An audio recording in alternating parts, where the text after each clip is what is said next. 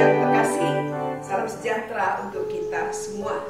Jumpa lagi dalam renungan harian kita bersama saya, Suster Petronella Berukaro KSCC. Hari ini, hari Selasa tanggal 3 Agustus, Pekan Biasa ke-18.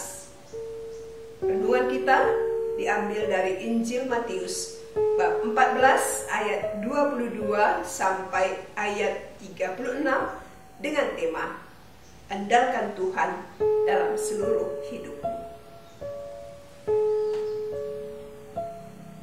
Sesudah itu Yesus segera memerintahkan murid-muridnya naik ke perahu dan mendahulinya ke seberang. Sementara itu ia menyuruh orang banyak pulang. Dan setelah orang banyak itu disuruhnya pulang, Yesus naik ke atas bukit untuk berdoa seorang diri. Ketika hari sudah malam, ia sendirian di situ. Perahu murid-muridnya sudah beberapa mil jauhnya dari pantai dan diombang-ambingkan gelombang karena angin sakal. Kira-kira jam 3 malam, datanglah Yesus kepada mereka berjalan di atas air. Ketika murid-muridnya melihat dia berjalan di atas air, mereka terkejut dan berseru, "Itu hantu." Lalu berteriak-teriak karena takut.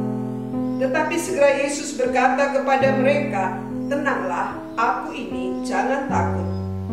Lalu Petrus berseru dan menjawab dia, "Tuhan, apabila engkau itu, suruhlah aku datang kepadamu berjalan di atas air." Kata Yesus, "Datanglah." Maka Petrus turun dari perahu dan berjalan di atas air mendapatkan Yesus. Tetapi ketika dirasanya tiupan angin, takutlah ia dan mulai tenggelam, lalu berteriak, "Tuhan, tolonglah aku."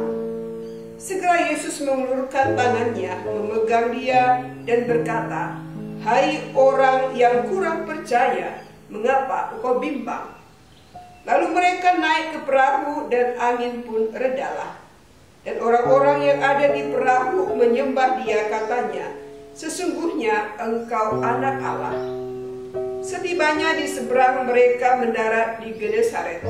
Ketika Yesus dikenal oleh orang-orang di tempat itu, mereka memberitahukannya ke seluruh daerah itu. Maka semua orang yang sakit dibawa kepadanya.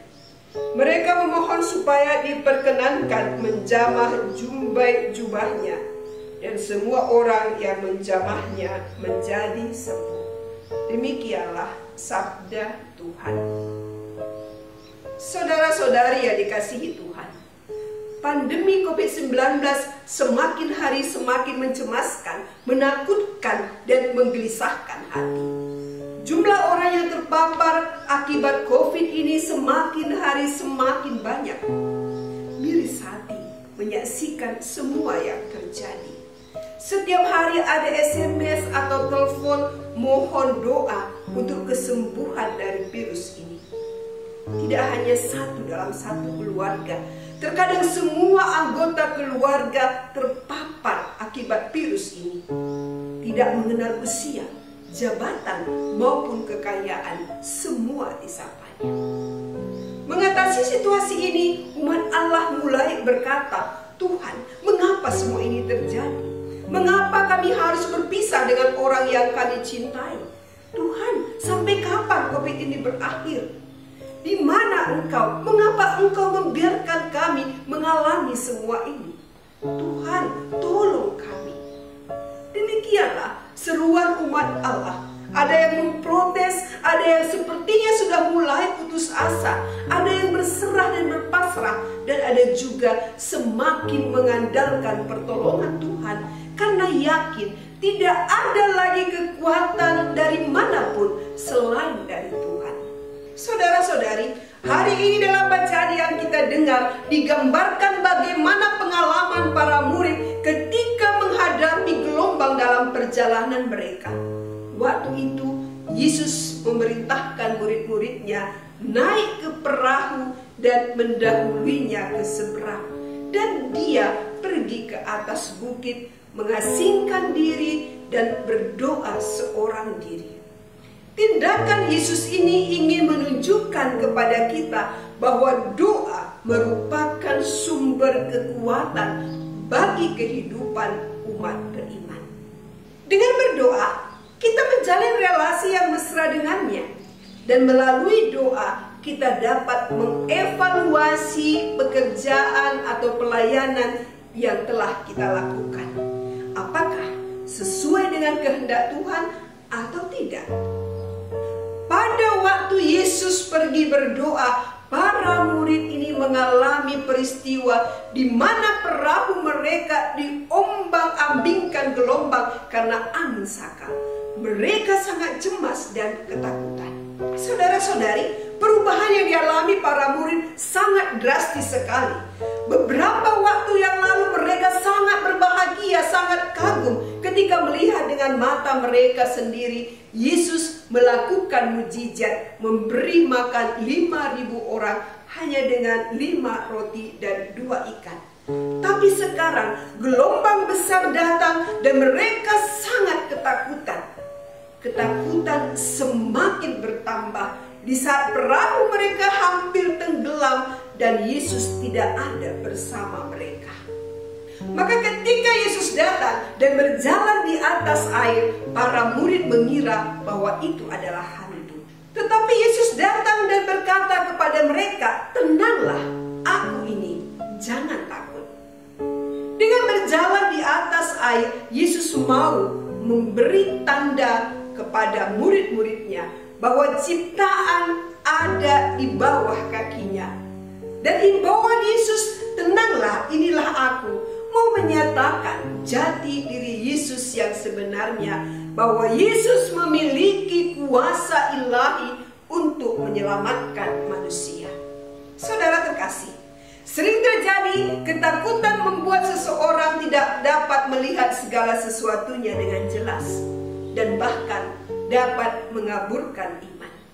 Namun pandangan yang terus-menerus terarah kepada Yesus dapat menguatkan iman serta dapat memberikan pengharapan yang pasti kepada kita. Iman yang teguh membuat kita dapat melangkah dengan pasti. Dan pengharapan kepada Yesus membuat kita tidak takut menghadapi gelombang kehidupan. Dari sini kita dapat belajar bahwa dalam kondisi yang terasa tanpa harapan, kita dapat terus berharap kepada Yesus. Dan yang diperlukan adalah iman kepercayaan bahwa Yesus akan membantu kita dan tidak akan pernah membiarkan kita menghadapi permasalahan hidup kita sendirian. Saudara-saudari, imanlah yang membuat seseorang berani untuk berbuat dan berjuang. Meragukan kuasa Allah atau tujuan hidup yang tidak fokus kepada Allah membuat hidup selalu dikelilingi rasa cemas, takut, dan harapan yang tidak pasti. Padahal kita tahu, ketika kita mengandalkan Yesus, Dia akan mengulurkan tangannya, memberi solusi dalam setiap masalah kita, asalkan kita percaya, tidak bimbang, dan tetap fokus padanya. Dan pada saat kita meminta tolong kepada Tuhan, Dia akan menenangkan kita, menghampiri kita, memegang tangan kita, dan menarik kita dari keterpurukan kita dan berkata, "Tenanglah, aku ini, jangan takut." Saudara-saudari, kata-kata yang meneguhkan dan menguatkan ini akan menghapus kebimbangan dan ketakutan kita. Maka sebagai pengikutnya, jangan andalkan kekuatan sendiri dalam mengarungi bahtera kehidupan kita. Karena jika demikian, kita bisa karam, putus asa, hidup dalam kegelisahan dan kegalauan. Mari kita mengandalkan Tuhan dalam hidup, sehingga ketika menghadapi gelombang dalam perjalanan hidup kita, kita tetap tenang. Karena percaya Tuhan akan membantu kita menghadapi semuanya.